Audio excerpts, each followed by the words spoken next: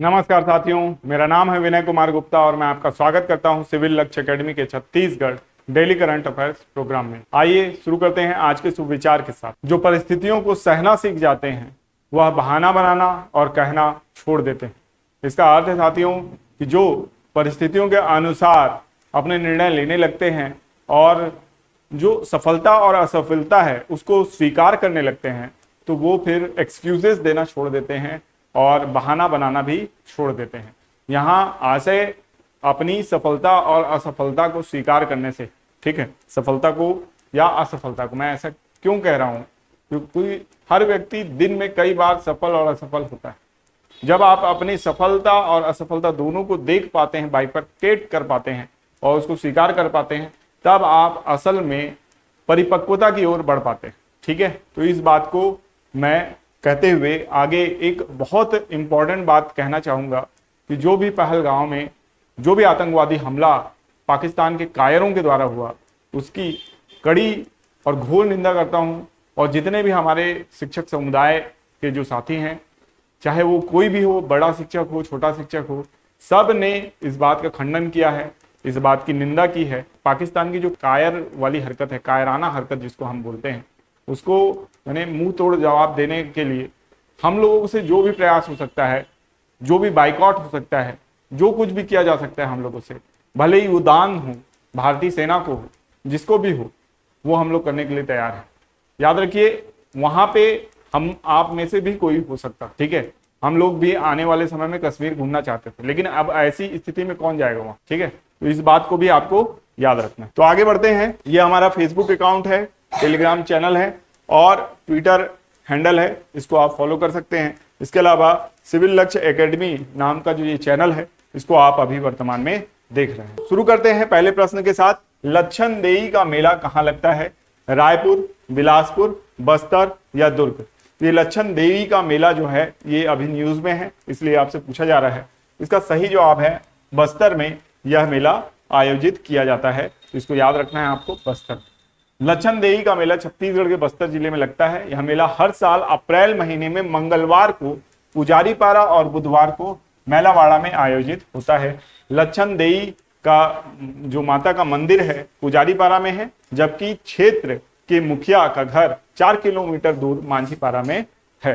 तो इसको आपको याद रखना है। बस्तर में लक्षणदेही का मेला जो है, देवी का आशीर्वाद पाने के लिए 39 डिग्री की गर्मी में जमीन पर लेटे श्रद्धालु, तो इस तरीके की हम क्या देख सकते हैं, श्रद्धा देख सकते हैं। हमारे हिंदू धर्म में ऐसा किया जाता है, जब भी मान्यता मानी जाती है, किसी देवी या देवता की जब पूजा की जाती है, तो अपनी मान्यता को पूरी करने के लिए ऐसा कई कार्य वहां पे किया जाता है। ठीक है, तो इसको याद रखना है आपको। और आगे बढ़ते हैं नेक्स्ट क्वेश्चन की ओर। इंडिया जस्टिस रिपोर्ट में छत्तीसगढ़ की रैंक पुलिसिंग में क्या है? ठीक है, तो इससे पहले हम लोगों ने इंडिया जस्टिस रिपोर्ट में जो जेल है उसकी रैंकिंग देखी थी, जिसमें छत्तीसगढ़ का स्थान जो है 13वां था।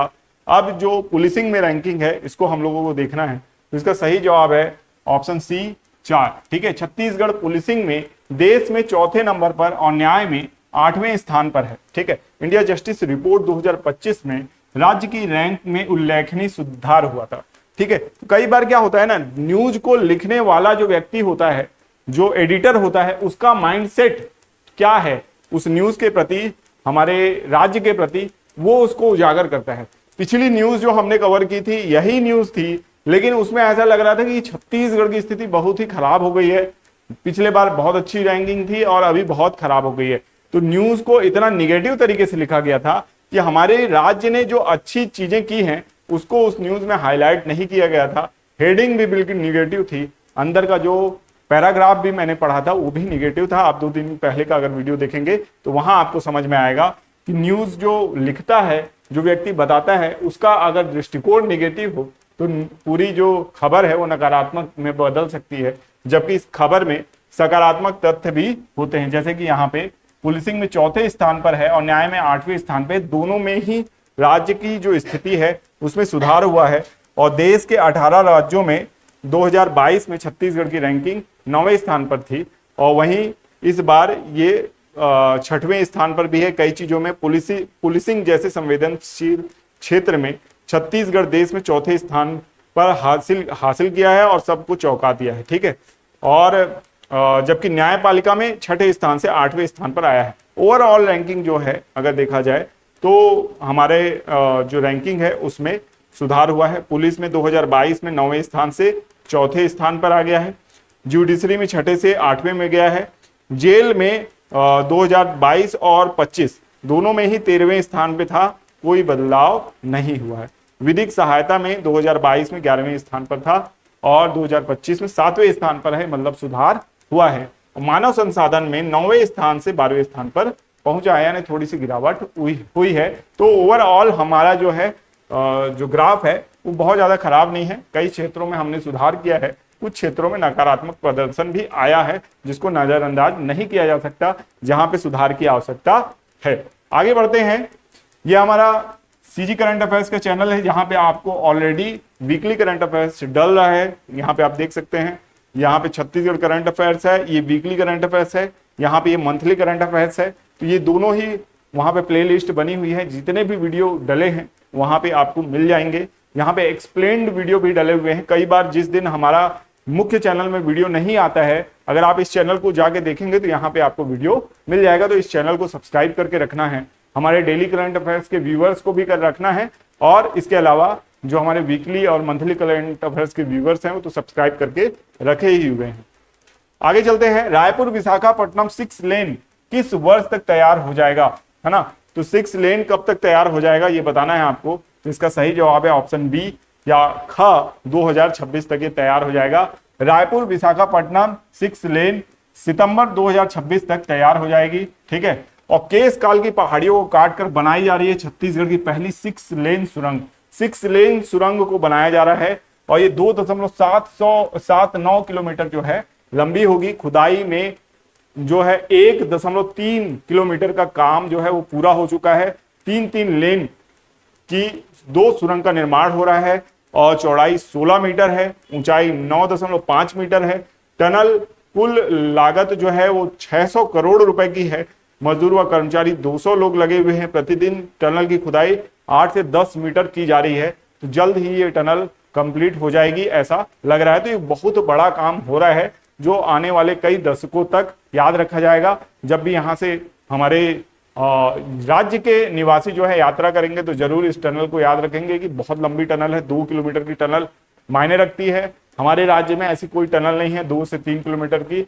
ऐसी एक टनल अटल टनल है ना, वो बहुत लंबी है, 9 से 10 किलोमीटर की टनल है। उसके बाद अब ये राज्य की अटल टनल की संज्ञा आप इसको दे सकेंगे।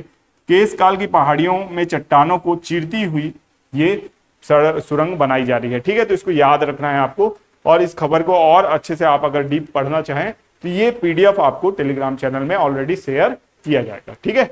आगे बढ़ते हैं। Chhattisgarh policing housing corporation Raipur में अध्यक्ष और प्रबंध संचालक कौन बने हैं ये आपको बताना है। तो इसमें आपके ऑप्शन है पवन देव, अंकित कुमार गर्ग, ध्रुव गुप्ता या दीपक कुमार झा। तो इसका सही जवाब है पवन देव, ठीक है। तो राज्य में 20 आईपीएस अफसरों का जो है बदला गया है प्रभार। उसमें पवन देव जो है अब अध्यक्ष एवं प्रबंध संचालक Chhattisgarh police housing corporation Raipur के बनाए गए हैं। तो इसको भी आपको याद रखना है। इसके अलावा से जो भी बदलाव इसमें हुए हैं ये आप इसमें देख सकते हैं। तो मेरे ख्याल से सबसे इंपॉर्टेंट जो बदलाव था जहां से क्वेश्चन आ सकता है वो पवन देव जी ही हैं, अध्यक्ष एवं प्रबंध संचालक बने हैं Chhattisgarh police housing corporation Raipur के। तो इनको याद रखना है। ये देख सकते हैं आप, ये हमारा इंस्टा चैनल है और इसमें लगभग 120 फॉलोवर आपको दिख रहे हैं, लेकिन ये संख्या अब लगातार बढ़ रही है। आप लोगों के समर्थन से अब लगभग 175 फॉलोअर्स हो चुके हैं। लगातार आप लोगों को सपोर्ट बना हुआ है और ऐसा ही सपोर्ट आपसे अपेक्षा करता हूं मैं, आगे भी बना के रखेंगे। आगे बढ़ते हैं। कश्मीर के किस स्थान में हाल ही में आतंकी हमले में 28 लोग मारे गए हैं?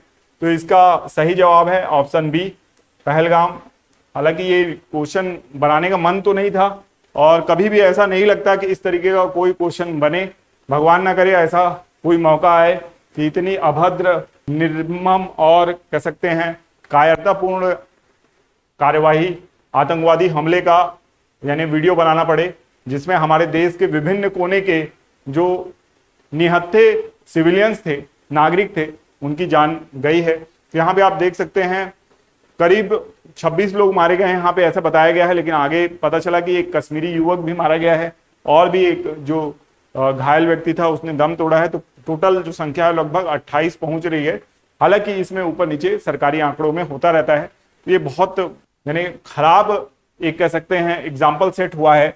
कलमा पढ़ने को कहा और नहीं बोल पाए तो गोली मार दी, मतलब साफ साफ ये धार्मिक अटैक था। पूछ पूछ कर, धर्म पूछ पूछ कर गोली मारी गई, ठीक है, और गोली भी सर में मारी गई। युवा जो युगल थे उनमें से पुरुष को गोली मारी गई, महिला को छोड़ दिया गया और उससे ये कहा गया कि जाके अपने प्रधानमंत्री को बता देना, मोदी को बता देना, अपनी सरकार को बता देना कि हमने ऐसा काम किया है। तो ये साफ साफ दिखता है। देखिए अब तो भारत की जनता भी समझने लगी है कि एक्चुअल में हो क्या रहा है। पाकिस्तान की तरफ से अचानक से सीज फायर का उल्लंघन, पाकिस्तान की सेना का अचानक से एलओसी क्रॉस करके भारत की सीमा में घुस आना और उसके बाद लगातार फिल्ट्रेशन करने की कोशिश। फिल्ट्रेशन का मतलब क्या होता है कि जब सीमा में अटैक होता है, सीमा के जब बॉर्डर में अटैक किया जाता है, तो अटैक किस लिए किया जाता है? जो बॉर्डर फोर्सेस हैं उनका ध्यान बटाने के लिए, ठीक है। उनका ध्यान बटेगा तो दूसरी तरफ से किसी एक साइड से कोई सुरंग होगी, वहां से कौन घुस आएंगे देश में? आतंकवादी घुस आएंगे। तो सेम ऐसा ही काम किया है किसने? पाकिस्तान ने, और कश्मीर को डिस्टर्ब करने की कोशिश की है। इसका खामियाजा पाकिस्तान को भुगतना पड़ेगा। लेकिन अभी तक देश की जो मानसिक स्थिति है, जो देश का बौद्धिक वर्ग है, वो यही चाहता है कि पाकिस्तान से डायरेक्ट कोई युद्ध न लड़ा जाए, क्योंकि पाकिस्तान वैसे ही तबाह देश है, बर्बाद देश है, इकोनॉमी खत्म है। वो तो ये चाह रहा है कि भारत की इकोनॉमी को बुरी तरीके से हिट किया जाए। इस तरीके की कायराना घटना जो है, ठीक है, ये करना की कोशिश उसकी यही है कि ओवरऑल भारत को युद्ध में उलझाकर भारत की इकोनॉमी को भी लॉस पहुंचाया जाए। भारत जो लगातार तेजी से मजबूत हो रहा है वो मजबूत ना हो पाए, ऐसा कोशिश है पाकिस्तान की। लेकिन ये कहते हैं ना, एक सब्र की इंतहा वाली बात है। अगर एक ऐसी और घटना हो गई तो चाह कर भी भारत की जनता इस बात को बर्दाश्त नहीं करेगी कि पाकिस्तान के ऊपर भी सैन्य कार्रवाई ना हो, युद्ध ना हो। पाकिस्तान हमसे लड़ना चाहता है, युद्ध करना चाहता है। वहां के लगातार जो बयान आ रहे हैं उससे समझ में आ रहा है वहां के नेताओं के, वहां के आर्मी चीफ के, कि वो हमसे लड़ना चाहते हैं। हम युद्ध को अभी टालने की कोशिश कर रहे हैं। हम सिंधु नदी जल समझौते को स्थगित कर दिए हैं। हम चाह रहे हैं कि जो भी वहां के राजनयिक हैं वो वापस चले जाएं। पाकिस्तान के नागरिकों का वीजा कैंसिल हो गया है। लेकिन ये बहुत छोटी छोटी चीजें हैं, इससे पाकिस्तान को कोई फर्क नहीं पड़ने वाला। जो बर्बाद है उसको और क्या बर्बाद करोगे? नीच को और कितना नीचे गिराओगे? वो तो ऑलरेडी मरा हुआ है, ठीक है। तो ओवरऑल ऐसा कोई काम करना पड़ेगा, जैसे कि खान सर ने बताया है अपने वीडियो में, कि हमको उनके जो वाटरवे है उसको टोटली क्या करना पड़ेगा? छेकना पड़ेगा। वहां की जनता को, वहां के हर व्यक्ति को उसकी पीड़ा जो हम सह रहे हैं इस समय, वो एहसास कराना पड़ेगा। जब उनके यहाँ सप्लाईज नहीं पहुंचेंगी, उनके यहाँ कोयले नहीं पहुंचेंगे, उनके यहाँ पेट्रोलियम नहीं पहुंचेगा, वहां की गाड़ियां बंद हो जाएंगी, तब उनको समझ में आएगा कि भारत के साथ पंगा लेने का अर्थ क्या होता है। हाँ, इसमें वॉर होगी, नौसेना समुद्र में वॉर होगी, इसके अलावा सीमा में वॉर होगी, लेकिन ये शुरू कौन करेगा? पाकिस्तान। और उसके लिए तैयार रहेगी इंडियन आर्मी। हमेशा इंडियन आर्मी पहले अटैक नहीं करती है, सामने वाले को अटैक करने के लिए उकसाती है, और उकसाने के बाद जब वो अटैक करने आता है तो उसके कुत्ते की मौत मारती है। तो हमेशा की तरह इस बार भी पाकिस्तान मरेगा जरूर, लेकिन देखना है कि वो वक्त कब आएगा। 23वें विधि आयोग का अध्यक्ष किससे नियुक्त किया गया है? पवन देव, अंकित कुमार गर्ग, दिनेश माहेश्वरी या दीपक कुमार झा? तो इसका सही जवाब है दिनेश माहेश्वरी। इनको याद रखना है, ठीक है। 23वां विधि आयोग जो है वो गठित कर दिया गया है, और यह एक गैर संवैधानिक निकाय है, सांविधिक निकाय है, जिसकी स्थापना 1 सितंबर 2024 को विधि और न्याय मंत्रालय द्वारा की गई थी, जिसका कार्यकाल 31 अगस्त 2027 तक होगा। यह आयोग कानूनी सुधारों के लिए अनुसंधान करता है और सरकार को सुझाव देता है। इसका मुख्य उद्देश्य कानूनी व्यवस्था में सुधार करना और इसे न्यायोन्मुख बनाना है, ठीक है। 23वें विधि आयोग के कार्य क्या हैं? कानूनों की समीक्षा करना। आयोग देश के कानूनों की समीक्षा करता है और पता लगाता है कि कौन से कानून अब अप्रचलित या निरस्त किए जा सकते हैं। नए कानूनों का सुझाव। आयोग नए कानूनों का प्रस्ताव करता है जो निर्देशक सिद्धांतों को लागू करने और संविधान की प्रस्तावना के उद्देश्यों को प्राप्त करने में मदद करते हैं। न्यायिक प्रशासन। आयोग न्यायिक प्रशासन में सुधार के लिए सुझाव देता है, जैसे मुकदमेबाजी में तेजी लाने, न्यायालयीय प्रक्रियाओं को सरल बनाने के लिए। कानूनों में संशोधन, आयोग उन कानूनों की पहचान करता है जिनमें संशोधन की आवश्यकता है और उन पर संशोधन का सुझाव देता है। समीक्षा के लिए एसओपी, आयोग एक मानक संचालन प्रक्रिया एसओपी विकसित करता है जिसमें भाषा और प्रक्रियाओं को सरल बनाना शामिल है। ठीक है, तो इतनी सारी बातें हैं, इनको याद रखना है।